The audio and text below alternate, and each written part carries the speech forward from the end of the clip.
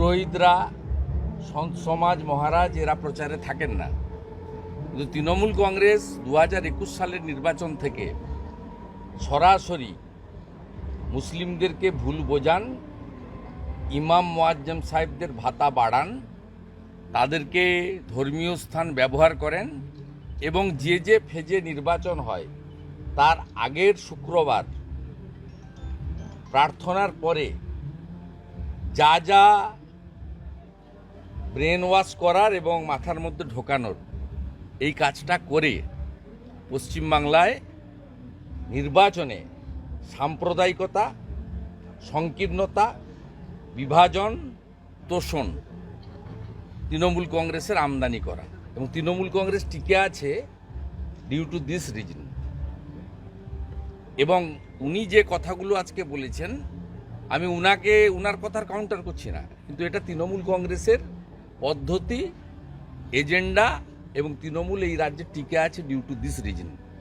তবে আমি একটা কথা বলবো যে পশ্চিমবাংলার সনাতনীরা ঐক্যবদ্ধ হতে শুরু করেছে, তারা নিজেরাই ঐক্যবদ্ধ হতে শুরু করেছে। কারণ আমরা তো এপার আর ওপার বাংলায় যা হচ্ছে 5ই আগস্ট থেকে 2024, তারপরে কাউকে বলতে হচ্ছে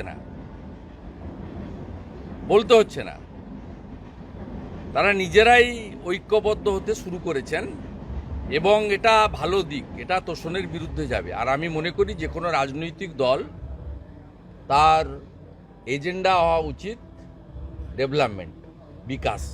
তার এজেন্ডা কখনো কোনো ধর্ম, সম্প্রদায়, সংকীর্ণতা, বিভাজন হওয়া উচিত নয়। কিন্তু এদেরকে সরানো পর্যন্ত এখানে আমাদের হিন্দুদেরকে ইউনাইটেড করতে হবে, এছাড়া কোনো বিকল্প নেই। কারণ 2021 সালে সিএকে এনআরসি বুঝিয়ে যে এখানে থাকা বা ভারতবর্ষে থাকা প্রায় 20 কোটি মাইনরিটিকে আমরা পাঠিয়ে দেবো বাইরে, এ প্রচার ওরা করে লাভ পেয়েছে। এবারেও আমরা 400-র কথা বলেছিল এরা হিন্দু রাষ্ট্র করবে। এই প্রচারটা যদি মিথ্যে প্রচারটা করে এবং সেই প্রচারের ফাঁদে যদি একটা বড় সম্প্রদায়ের লোকেরা ইউনাইটেডলি ভোট দেয়, সেক্ষেত্রে আমাদের লড়তে গেলে তো জিততে হবে। জিততে গেলে যেটা করা সেটা আমরাও করব। দাদা, একটা ইন্টারেস্টিং তথ্য, সেটা হচ্ছে হুমায়ুন কবির তৃণমূলকে টাইম বেঁধে দিচ্ছে, লাস্ট 31 ডিসেম্বর 2024 পর্যন্ত, না হলে নিজের ব্যবস্থা নিজে করব। হুমায়ুন কবির না ওর এই দম নেই, ও তো বলেছিল ইউসুফ পাঠান গুজরাটের লোক মানবো না। তারপর ভাইপো ক্যামাক স্ট্রিটে ওকে আর নিয়ামত শেখকে ডেকে টুপি পরিয়ে দিল, পরের দিন থেকে নাচতে আরম্ভ করে দিয়েছে। এবার ভাইপো টুপি পরিয়েছে, এবার পিসি ডেকে টুপি পরিয়ে দিবে। কয়েকজন সংখ্যালঘু, উনি বলেছেন যে আমি ভোট করতে জানি, আমি জিততে জানি। উনি তো দুবার হেরেছে। আমি তো ওনার নির্বাচন আগে জিতাতে পারিনি। বাই ইলেকশনে দাঁড়িয়েছিল তৃণমূল থেকে, ওই মন্ত্রী থেকে যখন জয়েন করেছিল, তারপরে কংগ্রেস থেকে জয়েন করেছিল, জিতে দিয়ে মন্ত্রী হয়েছিল। মন্ত্রীকে লোক রিজেক্ট করে রবিউল আলম চৌধুরীকে জিতিয়েছিল। মাননীয় নুরুল ইসলাম চৌধুরী, প্রয়াত নেতা, জননেতা, তার ছেলেকে জিতিয়েছে মানুষ, রবিউল আলম চৌধুরী। একটা বিষয় শুনে, তারপরে উনি ভারতীয় জনতা পার্টি থেকে 2019 সালে দাঁড়িয়েছিলেন, 2.5 লক্ষের কাছাকাছি ভোট পেয়েছেন। ওনার কমিউনিটির লোক ওনাকে ভোট দেয়নি, হিন্দুরা ভোট দিয়েছে। একটা বিষয় শোনা যাচ্ছিল যে কয়েকজন সংখ্যালঘু বিধায়ক তারা নাকি একটা আলাদা পার্টি ফর্মের একটা সিদ্ধান্ত নিচ্ছেন, এবং উত্তরবঙ্গের বা উত্তরের দিকে যারা বিধায়করা রয়েছেন সংখ্যালঘু, আমার জানা নেই। দেখুন, আমি সংখ্যালঘুদেরকে আলাদা করে রেসপেক্ট ডিসরেসপেক্ট করি না। আমরা সবাই ভারতীয়, সবাই নাগরিক। এই ভাষাটাই তো সংখ্যাগুরুর আবার কি আছে?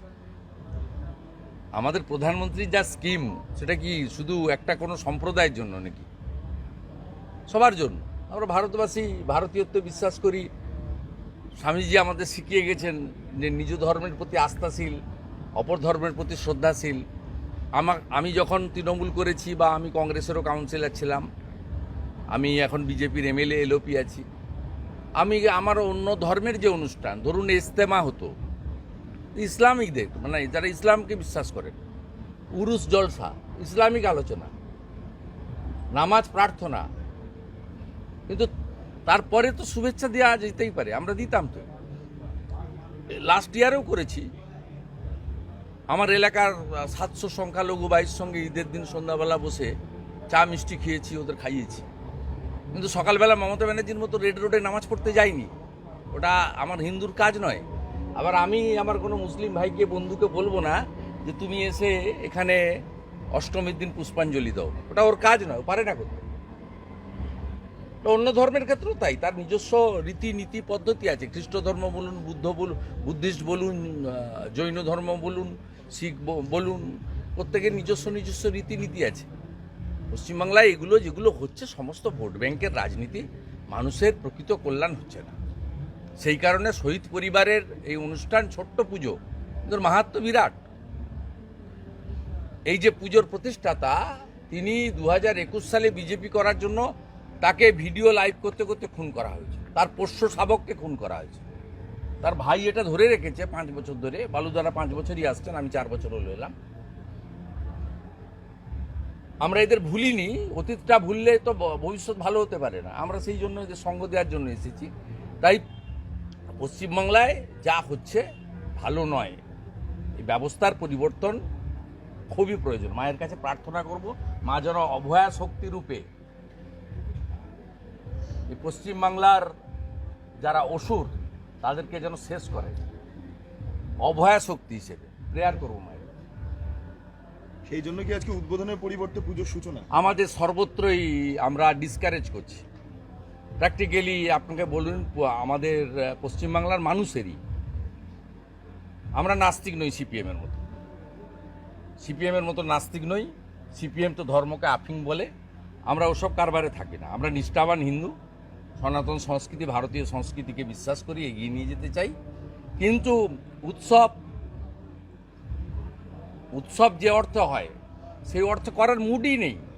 আমাকে বলতে হয়নি, এখানে বিশ্বজিৎরা এখানে আজকে বাজনার, এর আগে যখন আমরা আসতাম ব্যান্ড বাজিয়ে ঢোকাতো, ও নিজেই বন্ধ করেছে, আমাকে বলতে হয়নি। মঞ্চে উঠে উত্তরীয় পরে বক্তৃতা, আমি এসে খুশি, বালুদাও নিশ্চয়ই খুশি হয়েছে যে অলরেডি একটা এনভায়রনমেন্ট হয়েছে। পুজোটা করতে হবে, মায়ের কাছে প্রেয়ার করতে হবে, অষ্টমীর দিন পুষ্পাঞ্জলি দিতে হবে, যা যা আমাদের শাস্ত্র মতে আছে সেটা আমরা পালন করব। মানুষের সত্যিকারের এবারে মুড নেই। শুভেন্দুদা, তৃণমূল বলছে একটা বোন নাড়িয়ে দিয়ে চলে গেছে, ভিতর থেকে নাড়িয়ে দিয়ে গেছে। আপনি একটা জিনিসে ভীষণ বিচলিত সবাই, বিশেষ করে মহিলারা। সঙ্গে সঙ্গে হুঁশ যে আছে সেই তো মানুষ, যার হুঁশ নেই সে তো মানুষ নয়। ওই জন্য তো আমাদের নাম মানুষ। ব্যথা হলে, যন্ত্রণা হলে, কষ্ট হলে, দুঃখ পেলে লোকের চোখ দিয়ে জল পড়ে, আর এই বোনটার চোখ দিয়ে রক্ত পড়েছে। কি ধরনের অত্যাচার হয়েছে, না হলে চোখ দিয়ে রক্ত পড়া, এটা মেনে নেওয়া যায় না। কেউ মেনে নিতে পারেনি, কারোর ওসব নাচন কুদন করার মতো মুড নেই। আমি শুধু বাংলার লোককে বলবো, পুজো করুন রিচুয়াল অনুযায়ী। বাড়িতে পরিবারের সঙ্গে যে মিলিত হয়, সবাই বাইরে থাকে আসে, বাঙালি খাওয়া দাওয়া হয়, সেগুলোতে কোনো কার্পণ্য করার, মায়ের দর্শনও করতে পারেন। এটা প্রত্যেকের নিজস্ব। আমি রাজ্যের বিরোধী দলনেতা, মুখ্যমন্ত্রী অনেক উপদেশ দেন, আমি উপদেশ দেব না। আমি শুধু একটা কথাই বলবো, 14 তারিখে যে রেড রোডে মমতা বন্দ্যোপাধ্যায়ের যে নাচন কুদন, ওইটাকে একবার উপেক্ষা করুন।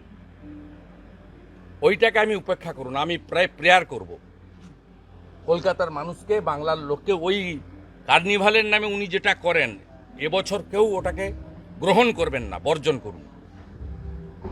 শুভেন্দুদা, তৃণমূল বলছে যে কলকাতায় 200টা নতুন পুজো বেড়েছে। এটা আমার নিজে। পুলিশ বলছে যে 50 বলছে। তৃণমূলের সঙ্গে পুজোর কি সম্পর্ক? না, বলছি তৃণমূল বলছে যে কলকাতায় নতুন 200টা পুজো বেড়েছে।